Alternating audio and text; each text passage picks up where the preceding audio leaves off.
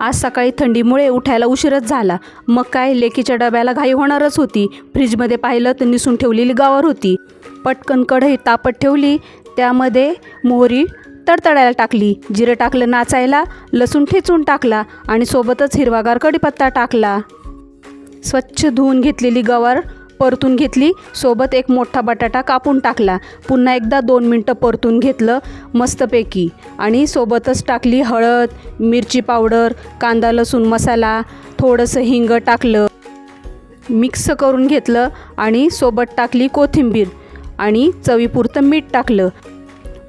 पुन्हा एकदा छान मिक्स करून घेतलं 1-2 मिनटासाठी आणि वाफेवर शिजवायची होती म्हणून झाकण ठेवणार होते.